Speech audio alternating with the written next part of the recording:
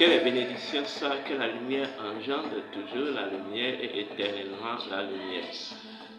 Jeudi 15 décembre 2022, nous sommes là pour poursuivre cette noble aventure de voyage, dans ce voyage, dans le roman Fleuve de la connaissance. On m'appelle Sri Joseph Amandino, je suis instructeur spirituel, je suis métaphysicien, dignitaire authentique de la tradition hermétique. Alors, bienvenue sur la chaîne Joseph Amandino 369.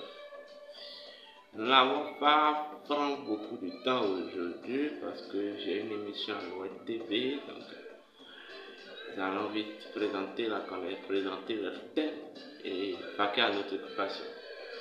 Et avant de commencer, je tiens à dire à ceux qui ne se sont pas encore abonnés à notre chaîne de bien vouloir s'abonner.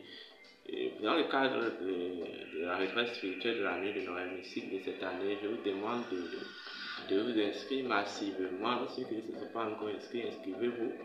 Parce que d'ailleurs, nous sommes au juillet moins 10, je pense, moins 11. Moins 10, et non, moins 9 même. Mais là, les jours sont en train de s'écouler drastiquement. Alors, donc, réservez rapidement vos places. Alors, le thème de ce jour s'intitule « Voici la métaphysique des jours de la création ». Voici la métaphysique des jours de la création. En réalité, le temps est l'enfant de la vie. Le temps est enfant de la vie. Et l'espace provient des entrailles du temps. L'espace provient des entrailles du temps. Nous pouvons même dire l'espace est l'expression de projection du temps. Voilà le pourquoi le temps et l'espace, les deux vont du pair. L'un ne peut pas évoluer sans l'autre. L'autre ne peut pas évoluer sans l'un. Est-ce qu'on va comprendre? Voilà. Et lorsque nous prenons le temps est ce principe divin qui vient, en fait, je vais même dire, qui représente même le pourquoi, avec qui vient synthétiser l'infinité de la vie. Le temps, c'est le principe synthétique de la vie dans son infinité et éternité. Dans les anciennes écritures, des textes, des livres saints, vous allez entendre parler de la création. Et il était précisé que il y avait Dieu, Smack, Kinsuma, il y avait Dieu pour certaines personnes, et Pragma pour d'autres, Mao pour d'autres, vous voyez, etc. a créé l'univers. Et cet univers fut créé, toute la création fut créée en 6 jours. En langage hermétique, nous appelons les jours de la création les jours célestes. Les jours célestes sont une infinité, en fait, de cycles, une infinité, je vais même dire, de cycles terrestres, ou de périodes terrestres, qui représentent un cycle évolutif à tout l'univers. Quand on parle d'un jour de la création, c'est un ensemble de périodes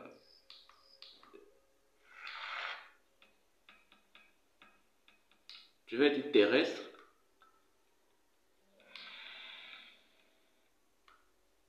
qui représentent en fait un cycle d'évolution à la conscience universelle de la vie. On appelle ça les jours célestes. Et les jours célestes ne sont pas la même chose que les jours terrestres. Une matinée céleste est équivalent à 4,320 milliards d'années terrestres.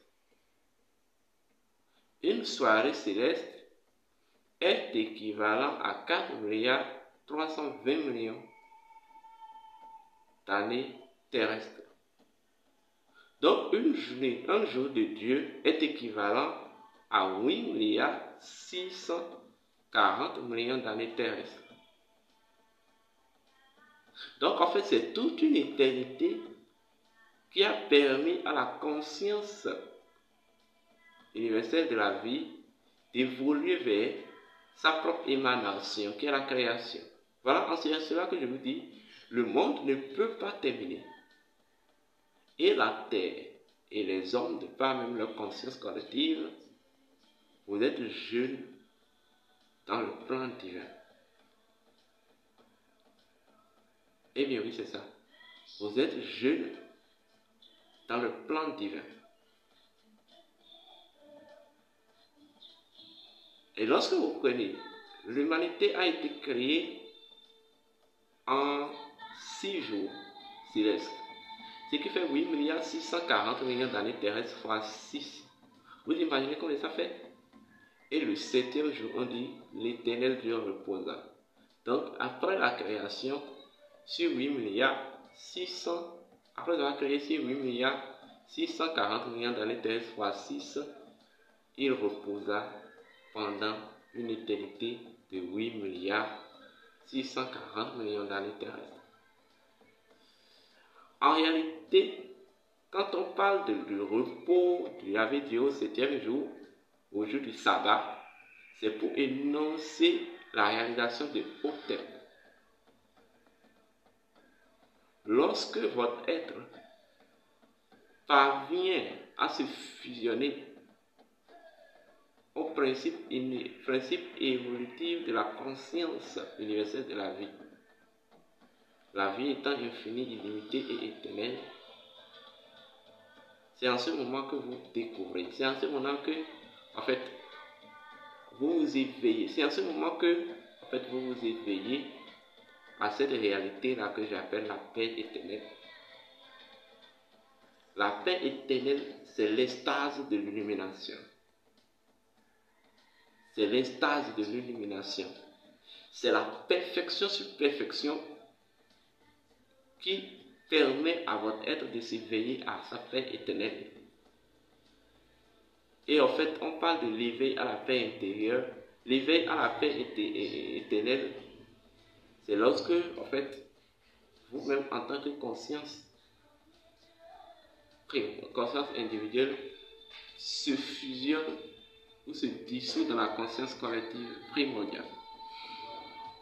Alors, ceci étant dit, je vais m'en arrêter là aujourd'hui et pour toute information complémentaire, composée de plus 227 58 12 97 ou le plus 229 66 26 34 56. D'ici là, portez-vous bien. À la prochaine.